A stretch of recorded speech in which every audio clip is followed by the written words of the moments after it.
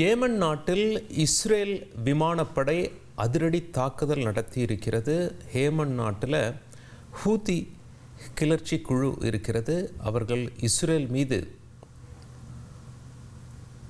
ஆங்காங்கே தாக்குதல் நடத்தி வரார்கள். செங்கடலில் இஸ்ரேல் தொடர்புடைய கப்பலின் மீதும் தாக்குதல் நடத்தி வராங்க. ஏமன் நாட்டில் ஹூதி குழுவினர் மீது இஸ்ரேல் விமானப்படை தற்பொழுது அதிரடி தாக்குதல் நடத்தியிருக்கும் காட்சிகளை பார்த்து வருகிறோம். அதிபர் மாளிகை வளாகத்தை குறிவைத்து இந்த தாக்குதல் நடத்தப்பட்டிருக்கிறது.